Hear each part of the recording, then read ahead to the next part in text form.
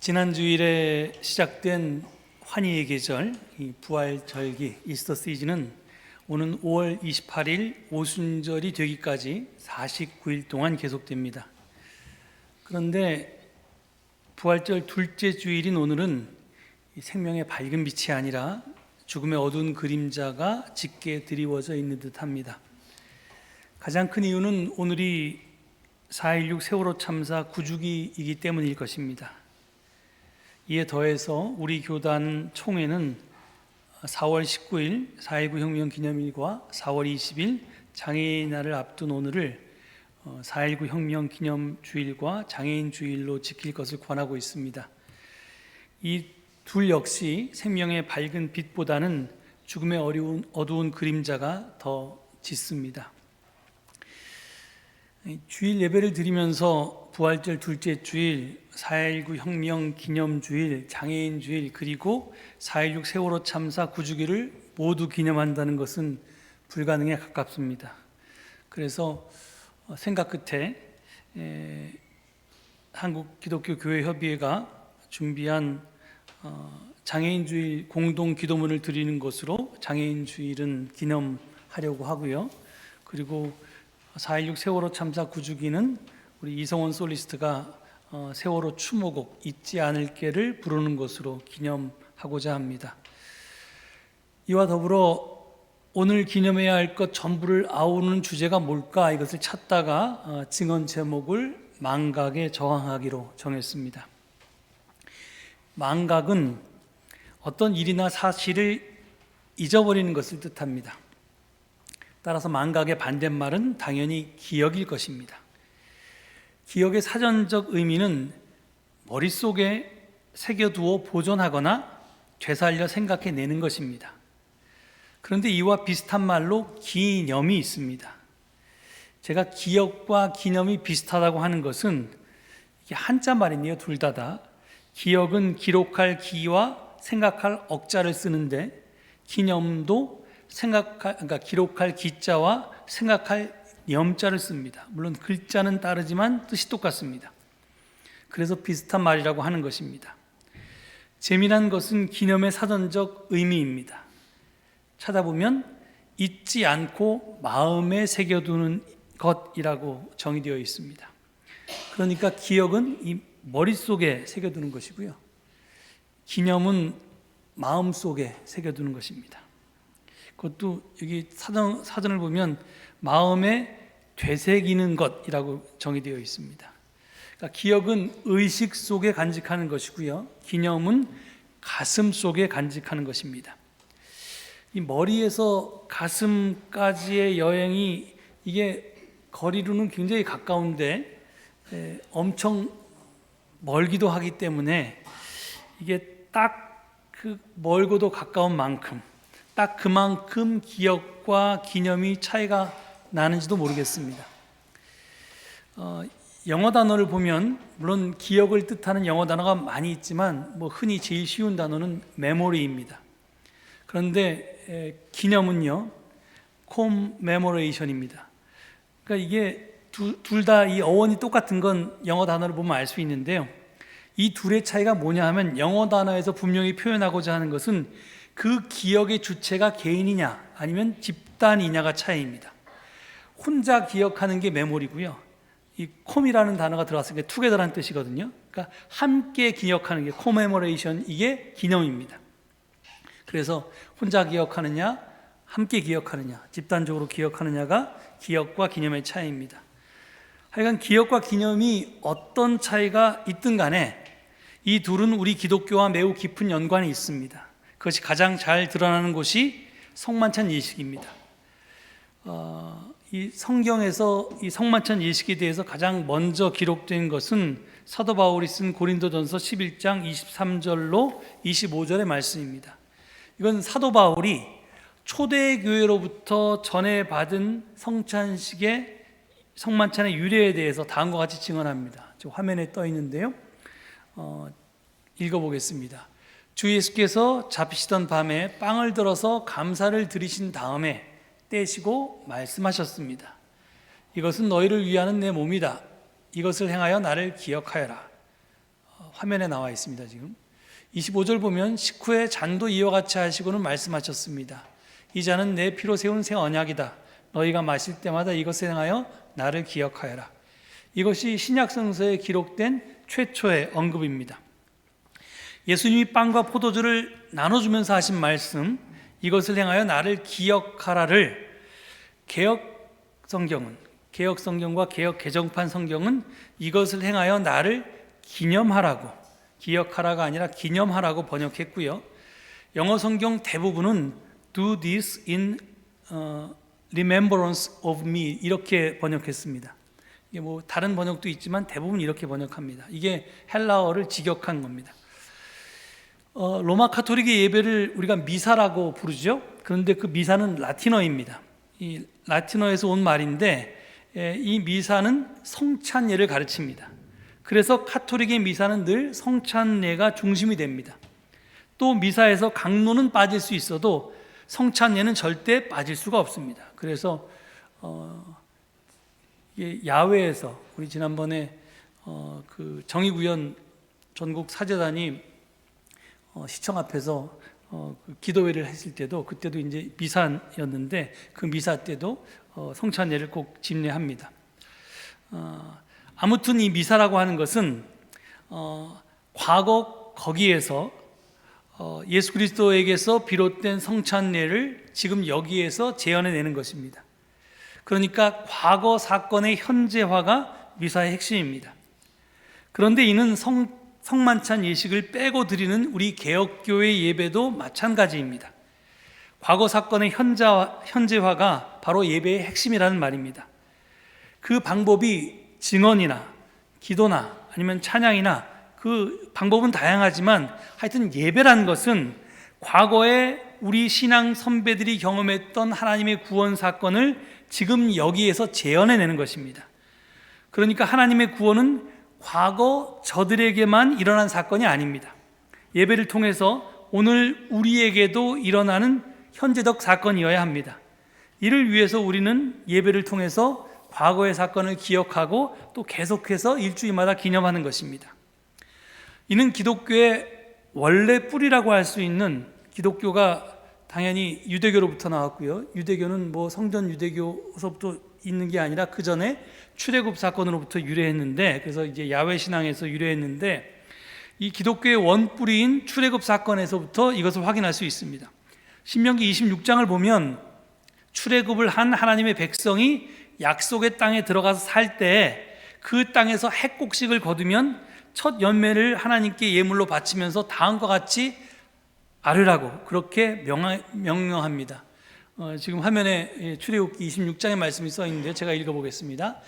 내 조상은 떠돌아다니면서 사는 아람 사람으로서 몇 안 되는 사람을 거느리고 이집트로 내려가서 거기에서 몸묻혀 살면서 거기에서 번성하여 크고 강대한 민족이 되었습니다.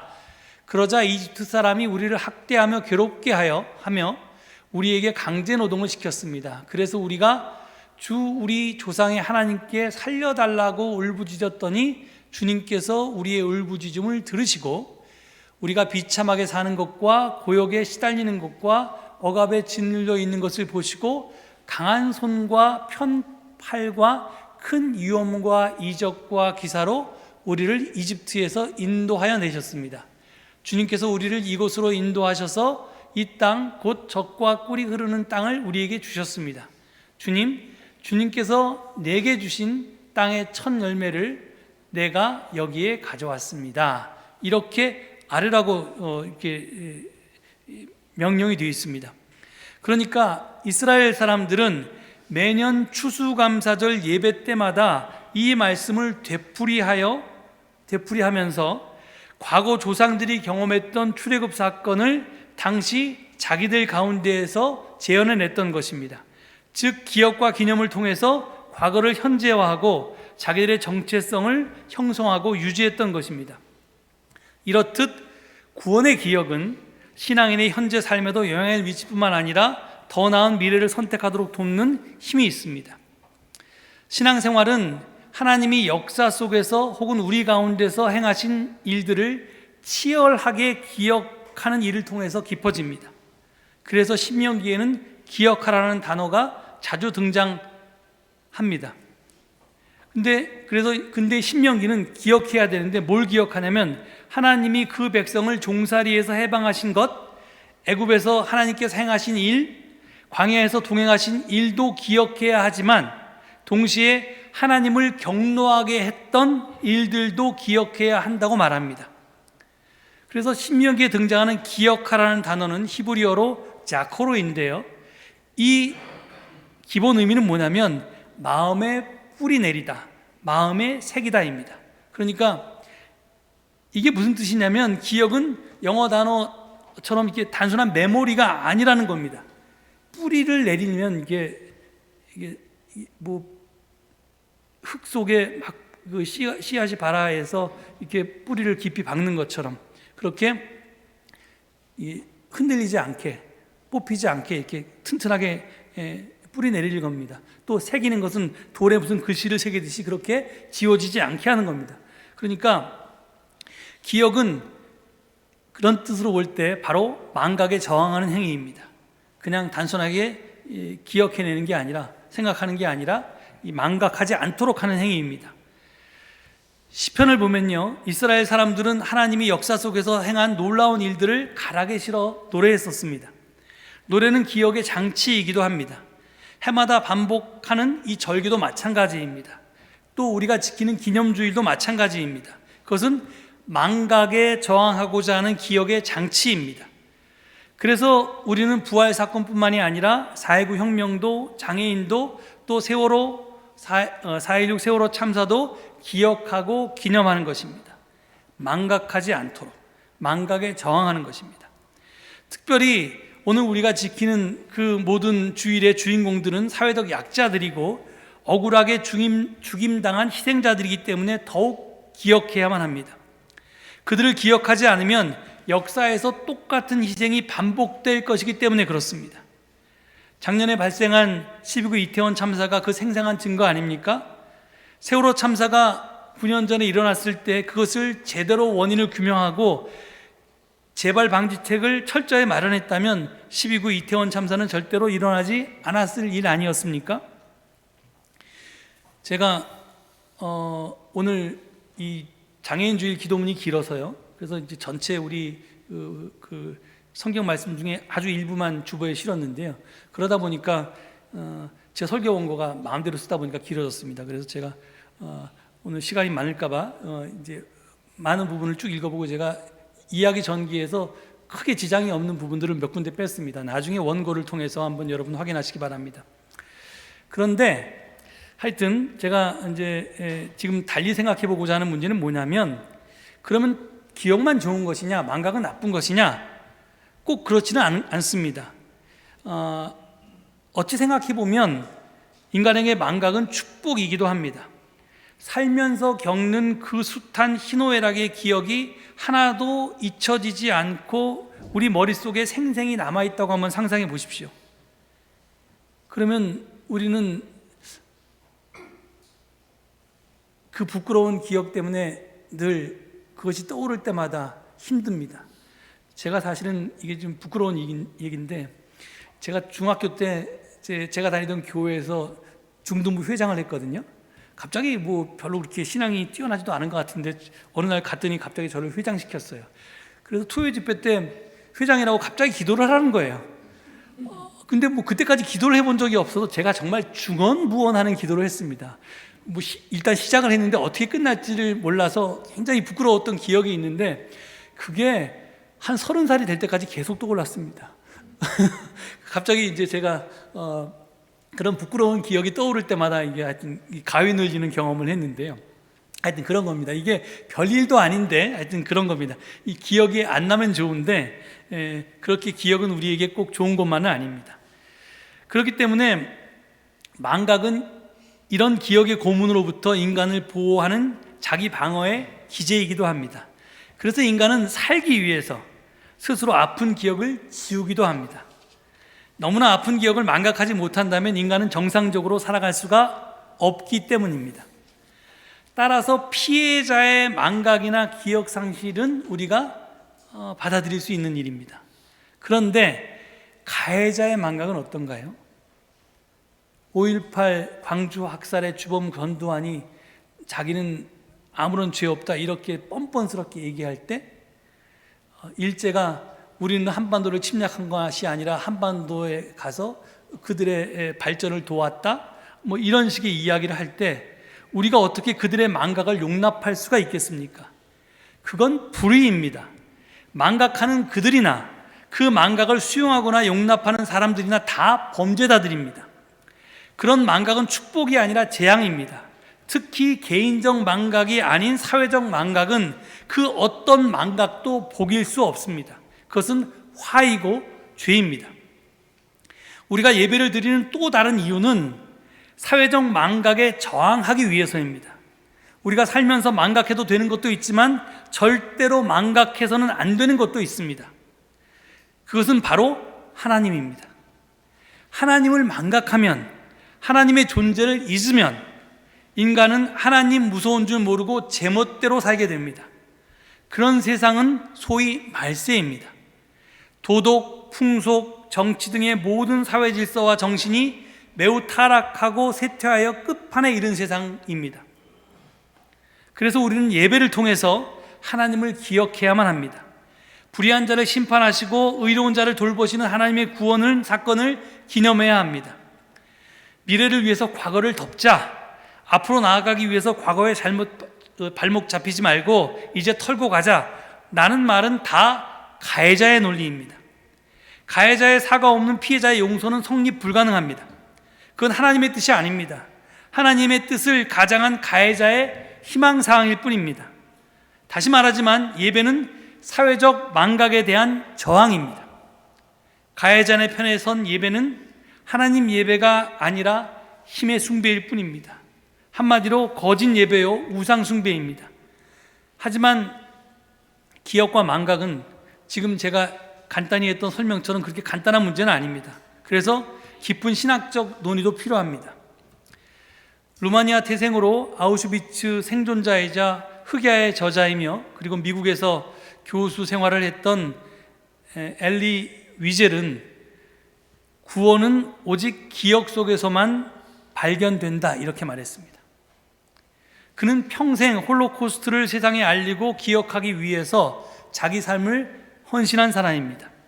그에게 기억은 구원의 길이었고 구원의 과정이었습니다.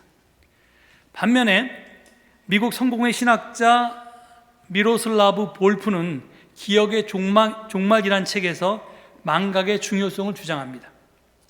이 볼프는 위젤의 말을 역으로 적용해서 구원을 고통스러운 기억으로부터의 자유, 해방으로 이해하고 망각이야말로 온전한 기억의 완성이라고 보았습니다. 이 볼프의 주장은 위젤의 기억 강조를 기독교적인 관점과 피해자 중심의 관점으로 재해석한 것입니다.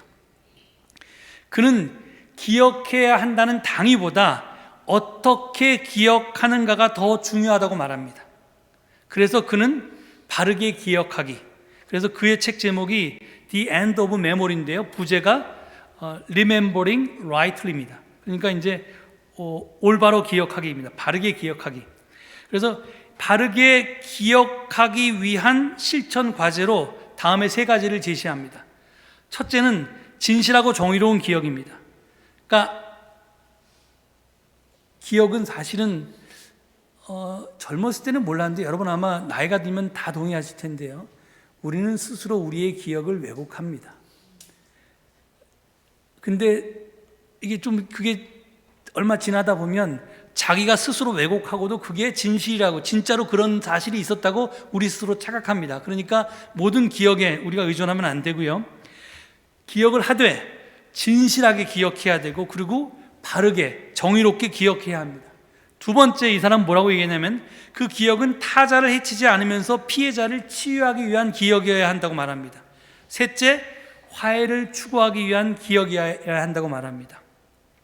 그래서 그는 망각의 중요성을 이야기하지만 그 망각이 그것이 최종 결론이지만 사실은 바르게 기억하기의 단계를 거쳐야지만 비로소 용서하고 화해하고 기억을 놓아보내는 망각의 단계로 나아갈 수 있다고 말합니다. 그러니까 망각이라고 하는 것은 아무 때나 가능한 것이 아니라는 것입니다. 조건이 충족될 때 비로소 가능한 것입니다. 우리 대통령처럼 조건에 충족 없이 그냥 있자고 하면 안 된다는 것입니다. 화해가 이루어지지 않는 한 우리는 악행을 기억해야 할 의무가 있습니다. 기독교인은 악행을 꼭 기억해야 할 의무가 있다는 걸 여러분 기억해야 합니다. 그냥 사랑의 종교니까 우리는 다 용서해야 돼. 예수님이 용서 7번씩 70번씩 70번 용서하라고 했으니까 난 무조건 용서해야 돼. 그게 그렇게 적용하면 안 된다는 겁니다. 그래서 우리 사회에서는 집단적 망각에 저항하는 사람들이 있는데 우리는 그들을 지식인이라고 부릅니다. 지식인들은 끊임없이 과거를 반추하면서 온갖 방법을 통해서 망각에 맞서는 기억의 투쟁을 벌입니다. 우리가 잘 아는 소설가 형기영은 글로 기억 투쟁을 벌인 지식인 중 한 사람입니다. 그는 4.3에 대해서 망각과 침묵을 강요당하던 시절에 문학적 양심으로 북촌리 대학사를 다룬 순이삼촌이라는 책을 1978년에 발표했습니다. 그래서 아무도 몰랐던, 제주도 사람들만 몇 사람만 알았던 그 4.3 사건을 시대의 한복판으로 끌어올렸습니다. 이를 계기로 대학가와 지식인들에게 4.3에 대한 관심을 촉발했고 문학의 전반에도 큰 영향을 끼쳤습니다. 하지만 작가는 4.3을 소재로 소설을 썼다는 이유로 1979년 군 정보기관에 연행되어서 심한 고문을 당했습니다. 하지만 그런 그의 기억투쟁 덕분에 2014년에 비로소 4.3 희생자 추념일이 국가기념일로 제정되기에 이릅니다. 그는 망각에 저항하는 것을 기억운동이라고 부릅니다. 기억운동이란 말로 표현하는데요, 소설가 형기영 같은 사람들의 포기하지 않는 기억운동이 있었기에 결국 그 기억운동이 우리 사회를 바꾸고 우리의 역사를 바꾼 것입니다. 세월호 희생자 예은이 엄마 박은희 전도사를 여러분도 아실 것입니다. 집회 때마다 증언도 하고 또 훌륭한 기도문으로 우리를 울립니다. 그 전도사님이 작년 6월에 열렸던 세월호 기도회에서 이런 증언을 했습니다. 제가 저기 화면에 올렸는데요, 아이들의 외침을 우리가 기억해야 하는 이유는 이전과 다른 세상을 만들어야 하는 숙제가 여전히 남아있기 때문입니다. 기억해야만 이전과 다른 세상을 만들 수 있고 이전과 다른 세상을 만들어야만 그 기억이 사라지지 않을 것입니다. 세월호 참사로 역사 한가운데 경계선을 명확히 남기기 전까지 우리 가족들은 이 자리를 떠날 수 없습니다. 이렇게 말했습니다.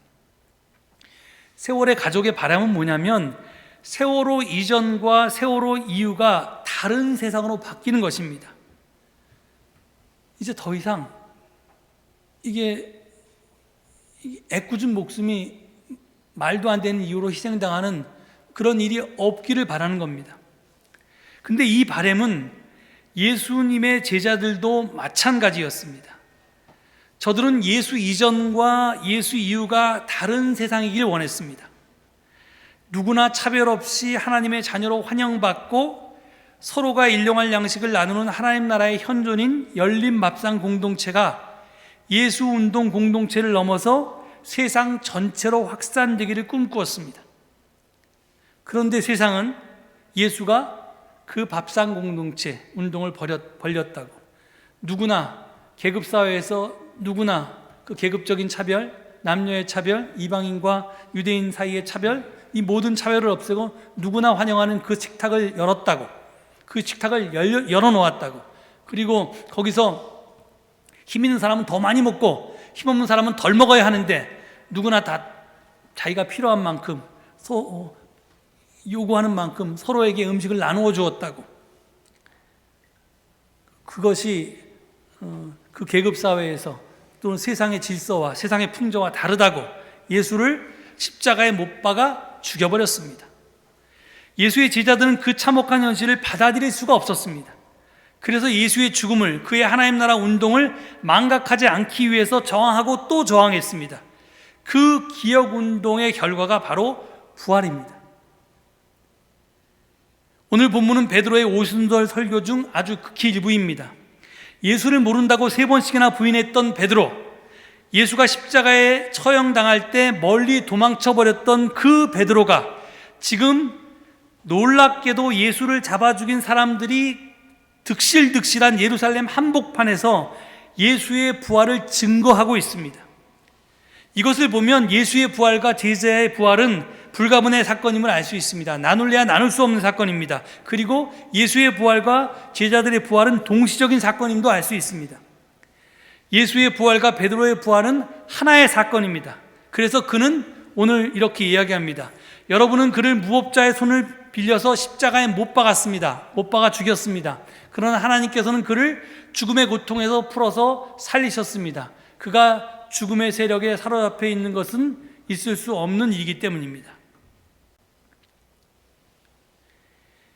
지식인만이 집단적 망각에 저항하는 사람이 아닙니다. 신앙인이야말로 집단적 망각에 저항한 최초의 사람들입니다. 망각의 저항에서 기억 운동을 펼칠 때 마침내 예수가 부활했습니다. 제자들도 부활했습니다. 사회도 역사도 변화되기, 부활하기 시작했습니다. 아무쪼록 오늘 우리 특별한 주일을 맞았는데 이 주일을 맞아서 사회적 망각에 저항하는 집단적인 기억 운동을 펼쳐서 다시 한번 세상의 변화를 이끌어낼 수 있는 우리 모두가 될 수 있기를 간절히 축원드립니다. 이 말씀을 되새기시면서 잠시 침묵 가운데 기도하시겠습니다.